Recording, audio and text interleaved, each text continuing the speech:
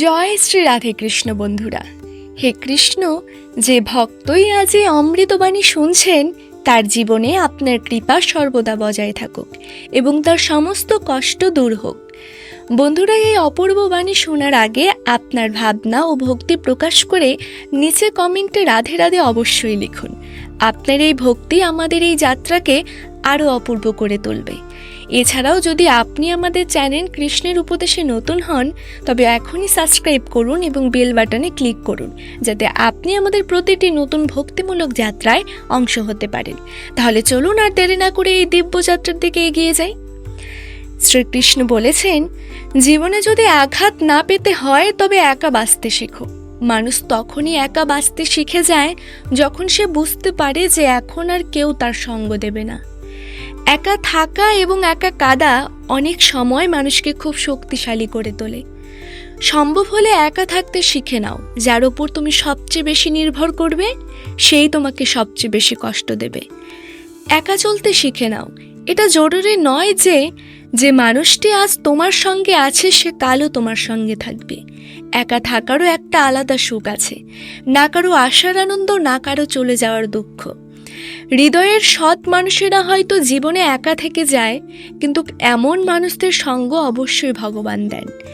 জীবন অনেক কষ্টে ভরা, আর সেই কষ্টগুলোর মোকাবেলা একাই করতে হয়।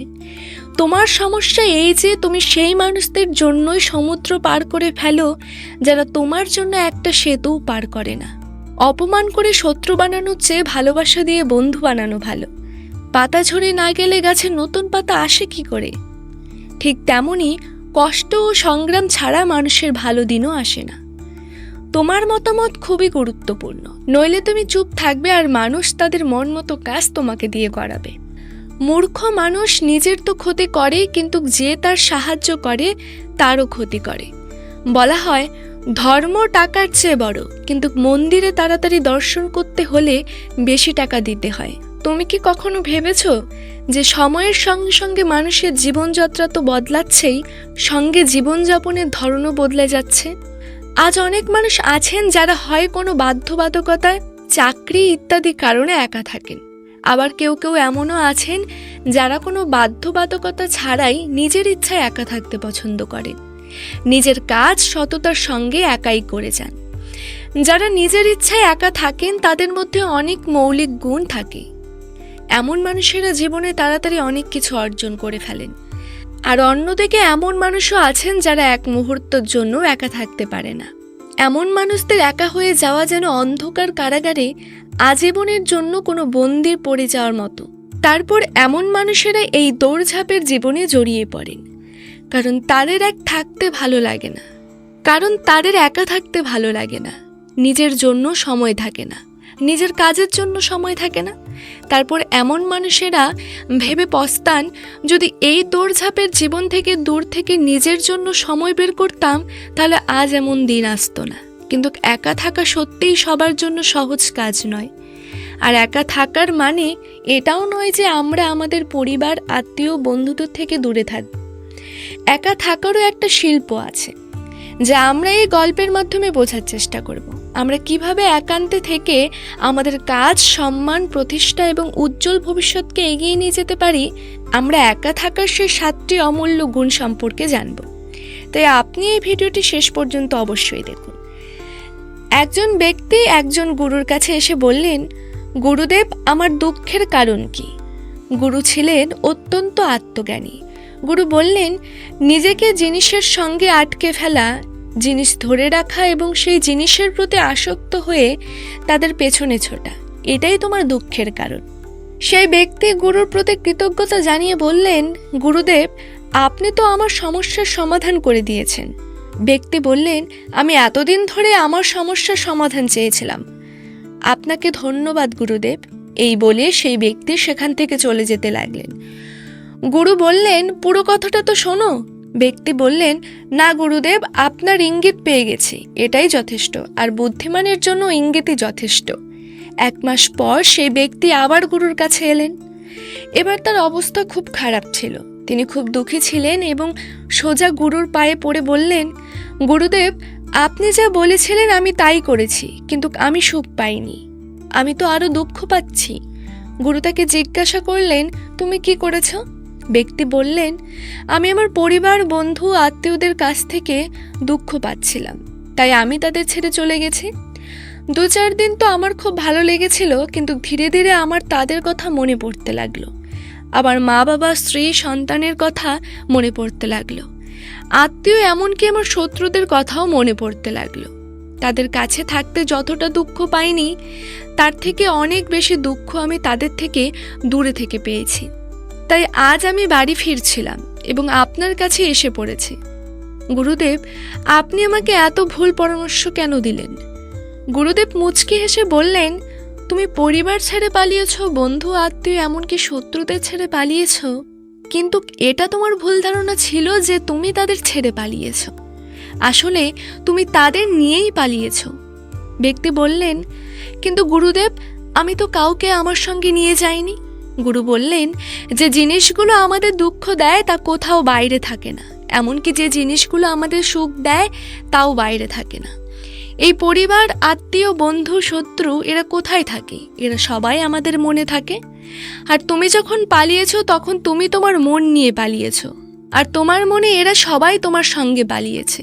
তাই তুমি এদের থেকে কোথাও দূরে যাওনি। যখন যে জিনিসগুলো মনে বাস করে এবং তা আমাদের কাছাকাছি থাকে, তখন যে দুঃখ দেয় তা আমাদের খুব বেশি মনে হয়, কিন্তু তা খুব কম হয়। আর যখন আমরা সেই জিনিসগুলো থেকে দূরে চলে যাই, অর্থাৎ ছেড়ে পালিয়ে যাই, তখন মনে আবার সেই জিনিসগুলো পাওয়ার জন্য চেষ্টা শুরু করি, আর তখনই সবকিছু অনেক বেশি দুঃখ দেয়, যেমনটা তোমার হচ্ছে। ব্যক্তি বললেন, তাহলে গুরুদেব, আমি কি করব? জিনিসের সঙ্গে থাকলে দুঃখ, জিনিস ছেড়ে গেলে দুঃখ। আমি কি শুধু দুঃখ ভোগ করার জন্যই জন্মেছি? গুরুদেব জোরে হেসে বললেন, এই কথা একদম সত্য। এখানে সবাই শুধু দুঃখ ভোগ করার জন্যই জন্মায়, কিন্তু এটাও সত্য যে এই দুঃখের পেছনে সুখ আছে, আর সেই সুখের পেছনে দুঃখ আছে। আবার সুখ, আবার দুঃখ। যে জিনিসগুলোতে আমাদের সুখ মনে হয় তা আমাদের দুঃখ দেয়, আর যেগুলোতে দুঃখ মনে হয় তাই আবার সুখের কারণ হয়ে ওঠে। ব্যক্তি বললেন, গুরুদেব, এই সুখ দুঃখের মায়াজাল থেকে বেরিয়ে আসার কোনো পথ নেই? গুরু বললেন, পথ তো আছে। যদি তুমি এই পৃথিবীতে থাকতে চাও, এই সব কিছুর সঙ্গে থাকতে চাও, তাহলে তোমাকে একটা কাজ করতে হবে। তুমি এমনভাবে থাকো যেন তুমি এই পৃথিবীতে একা। সবার সঙ্গে থাকো, কিন্তু একা থাকো। ব্যক্তি বললেন, কিন্তু গুরুদেব, এটা কিভাবে সম্ভব? গুরু তাকে একটা জায়গায় নিয়ে গেলেন যেখানে একটা মেলা চলছিল এবং সেখানে প্রচুর ভিড় ছিল। গুরু বললেন, দেখো তোমার চারপাশে এখানে কাউকে চেনো? ব্যক্তি বললেন, না গুরুদেব, এখানে তো আমার কোনো পরিচিত নেই। গুরু বললেন, তুমি কি এখানে একা? ব্যক্তি বললেন, হ্যাঁ গুরুদেব, আমি একদম একা। গুরু বললেন, না, তোমার মনে কিছু চলছে, তুমি একা নও। তখন ব্যক্তি বললেন, হ্যাঁ, আমি যত তাড়াতাড়ি সম্ভব আমার বাড়ি যেতে চাই। আমার স্ত্রী, সন্তান, মা বাবা, বন্ধুদের সঙ্গে দেখা করতে চাই, এটাই আমার মনে চলছে। গুরু বললেন, এখন এসব ভুলে চোখ বন্ধ করো এবং তোমার সম্পূর্ণ মনোযোগ এখানে হওয়া শব্দগুলোর ওপর দাও। ব্যক্তি তাই করলেন এবং যেই তিনি চোখ বন্ধ করে সব মনোযোগ সেখানকার শব্দের ওপর দিলেন, তিনি একটা একাকিত্ব, একটা একান্ত অনুভব করলেন। তার মনে হলো এত বড় ভিড়ের মধ্যেও তিনি একা। সমস্ত শব্দের ওপর মনোযোগ দেওয়ার কারণে কোনো শব্দেই কোনো গুরুত্ব ছিল না, শুধু শব্দ ছিল আর তিনি ছিলেন। কিন্তু চোখ খুললেন এবং বললেন, গুরুদেব, এখানে তো আমি একদম একা। সবাই আছে কিন্তু কিছুই নেই। গুরু বললেন, ঠিক এইভাবেই একা হতে হবে তোমাকে। সবার সঙ্গে থাকো, কিন্তু ভেতর থেকে একা থাকো। সঙ্গে সবাই থাকুক, কিন্তু মনে কেউ না থাকুক। যে এইভাবে একা থাকতে শিখে গেছে তার জীবনে কখনো দুঃখ হয় না, তাকে কোনো জিনিস দুঃখ দেয় না, সে প্রতিটি জিনিসে আনন্দের প্রাপ্তি করে। গুরু আরও বললেন, মহান সাফল্য একাকিত্ব থেকেই শুরু হয়। একাকিত্বই আমাদের তাদের সঙ্গে মিলিয়ে দেয়। তোমার একাকিত্বকে নেতিবাচক ভেবো না, বরং তাকে একান্ত ভেবে নিজেকে জানার চেষ্টা করো। যখন তোমার একান্ত ভালো লাগতে শুরু করবে, তখন তার মানে হবে তোমার প্রকৃত অস্তিত্ব তোমার সঙ্গে দেখা করতে চায়। তাই এই একান্ত প্রেমের সম্মান করো।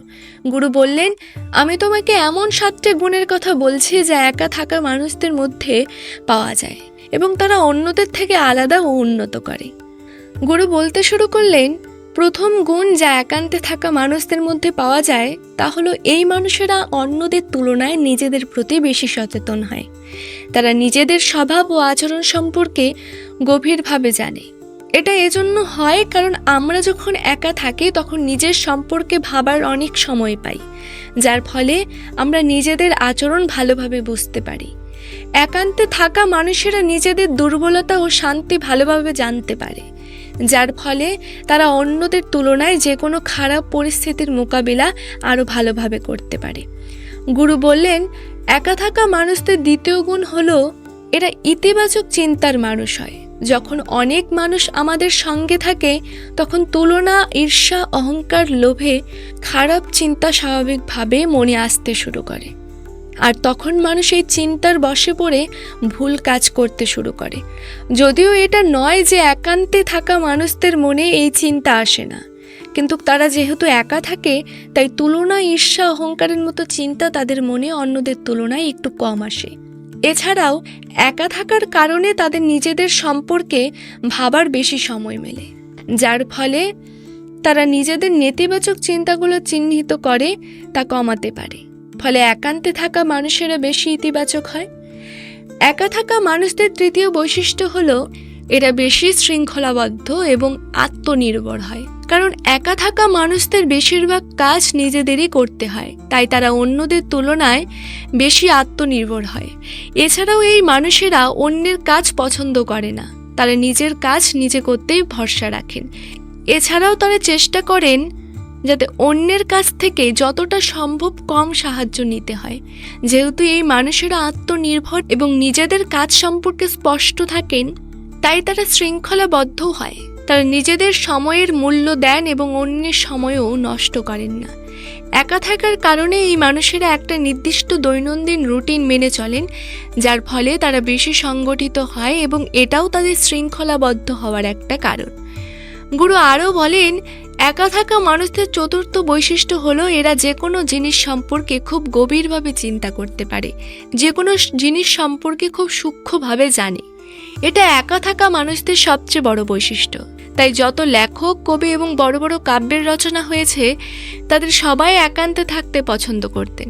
কারণ যখন কোনো ব্যক্তি একান্তে থাকে তখন সে নিজের ভেতরের কণ্ঠ শুনতে পায়। যত বড় বড় আবিষ্কার রয়েছে তার সবাই একান্তে শুরু হয়েছিল, কারণ একান্তে থেকেই যে কোনো জিনিস সম্পর্কে খুব সূক্ষ্মভাবে চিন্তা করা এবং বোঝা যায়। গুরু বললেন, একান্তে থাকা মানুষদের পঞ্চম গুণ হলো এদের ব্যক্তিত্ব সবচেয়ে আলাদা, সবচেয়ে অনন্য হয়। আর যারা বেশিরভাগ সময় অন্য মানুষের সঙ্গে থাকে বা একা থাকতে পারে না, তারা যতই চেষ্টা করুক কিন্তু তারা অজান্তেই অন্যদের ব্যক্তিত্বের কিছু অংশ তাদের মধ্যে এসে যায়। অন্যের অভ্যাস, অন্যের চিন্তা তাদের মধ্যে প্রবেশ করে। ফলে তাদের ব্যক্তিত্বে সেই অনন্যতা, সেই নিরালাপন আসে না। তাদের ব্যক্তিত্ব অনেক মানুষের ব্যক্তিত্বের মিশ্রণ হয়ে যায়। আর একান্তে থাকা মানুষেরা তাদের বেশিরভাগ সময় নিজেদের সঙ্গে কাটায়, তাই অন্যের কথা ও চিন্তা দ্বারা খুব কম প্রভাবিত হয়। এদের জীবনযাপনের নিজস্ব নিয়মকানুন থাকে যা তারা পালন করে। এরা সহজে কারো দ্বারা প্রভাবিত হয় না, তাই এদের ব্যক্তিত্ব সবচেয়ে আলাদা এবং অনন্য হয়। তাই এদের আচরণে একটা আলাদা নিরালাপন থাকে, যা অন্য কারো কাছে ভালো লাগতেও পারে আবার নাও লাগতে পারে। গুরু বললেন, একান্তে থাকা মানুষদের ষষ্ঠ বৈশিষ্ট্য হলো এদের অন্যের সঙ্গে সম্পর্ক গভীর এবং মজবুত হয়। যদিও একা থাকা মানুষেরা বেশি মানুষের সঙ্গে সম্পর্ক তৈরি করে না, কিন্তু যাদের সঙ্গে সম্পর্ক তৈরি করে তা সত্যিকারের হৃদয় দিয়ে করে। এদের খুব কম বন্ধু থাকে, কিন্তু যারা থাকে তাদের সঙ্গে এরা সততার সঙ্গে বন্ধুত্ব পালন করার চেষ্টা করে। সপ্তম বৈশিষ্ট্য হলো একা থাকা মানুষেরা মানসিক ও ভাবনাগতভাবে খুব শক্তিশালী হয়। কারণ তারা জানে যদি আজ তাদের ওপর কোনো সমস্যা আসে তবে তাদের একাই সেই সমস্যার মোকাবিলা করতে হবে। এটা বারবার করার ফলে তাদের মধ্যে নিজেদের প্রতি আত্মবিশ্বাস বাড়ে এবং আত্মবিশ্বাস ও আত্মসম্মান বাড়ার ফলে তারা মানসিক ও ভাবনাগতভাবে আরও শক্তিশালী হয়ে ওঠে। তারা এটা মেনে নেয় যে এমন কোনো সমস্যা নেই যাকে তারা নিজেদের দৃঢ় ইচ্ছাশক্তির জোরে পরাজিত করতে পারবে না। আর এই চিন্তাই তাদের অন্যদের থেকে আলাদা করে। এই বলে গুরু চুপ করলেন। ব্যক্তি বললেন, গুরুদেব, আপনার সব কথা ঠিক, কিন্তু কবে বলা যায় যে একাকিত্ব একটা আশীর্বাদ? গুরু বললেন, একাকিত্ব সবসময় একটা আশীর্বাদ ছিল, যদি আমরা সেই সমস্যাকে পুরো একাগ্রতার সঙ্গে ব্যবহার করতে পারি। যখন আমরা পৃথিবীর মানুষদের সঙ্গে থাকি তখন আমরা ভিড়ের অংশ হয়ে যাই, কিন্তু যখন আমরা একা থাকি তখন আমরা নিজেদের সঙ্গে থাকি। তখনই আমরা আমাদের সময়ের সদ্ব্যবহার, নিজেদের মূল্যায়ন, নিজেদের শখের বিষয়ে ভালোভাবে মনোযোগ দিতে পারি, নিজেদের দুর্বলতার ওপরে নিয়ন্ত্রণ পেতে পারি, বা এমন বলা যায় যে সত্যিই ভালোর পথ এবং মানবিকতার গন্তব্যও পেতে পারি। ব্যক্তি গুরুর কথা বুঝলেন এবং গুরুকে ধন্যবাদ জানিয়ে বাড়ি চলে গেলেন। এ থেকে আমরা এইটুকু বুঝলাম যে যে জিনিসগুলো আমরা পেতে চাই তা আমাদের ততক্ষণ দুঃখ দেয় যতক্ষণ না আমরা তা পাই, আর যখন আমরা তা পেয়ে যাই তখন তা আবার আমাদের দুঃখ দেয় যে তা যেন আমাদের থেকে হারিয়ে না যায়। আর যখন তা আমাদের থেকে হারিয়ে যায় তখন তা আবার আমাদের দুঃখ দেয়, তার চলে যাওয়ার দুঃখ যা খুব গভীর হয়। জীবনভর আমরা একটা জিনিস ধরি, তারপর আরেকটা জিনিস ধরি, তারপর তৃতীয় জিনিস ধরি এবং পিছনের জিনিসগুলোকে বিদায় দিতে থাকি। এইভাবেই আমরা সুখ ধরতে গিয়ে দুঃখ ধরে ফেলি। কিন্তু যে ব্যক্তি একা থাকতে শিখে গেছে সে পরিবারে, সমাজে সবকিছু করতে করতে আনন্দের প্রাপ্তি করে, সমস্ত কাজ সম্পূর্ণ করতে করতে সুখে বাঁচে এবং জীবনকে আনন্দের সঙ্গে কাটায়। বন্ধুরা, এই ভিডিওতে এতটুকুই। আশা করি আপনারা এই ভিডিও থেকে অনেক কিছু শিখেছেন। পরবর্তী ভিডিওতে আবার দেখা হবে। সে পর্যন্ত ভালো থাকবেন, সুস্থ থাকবেন। জয় শ্রীকৃষ্ণ।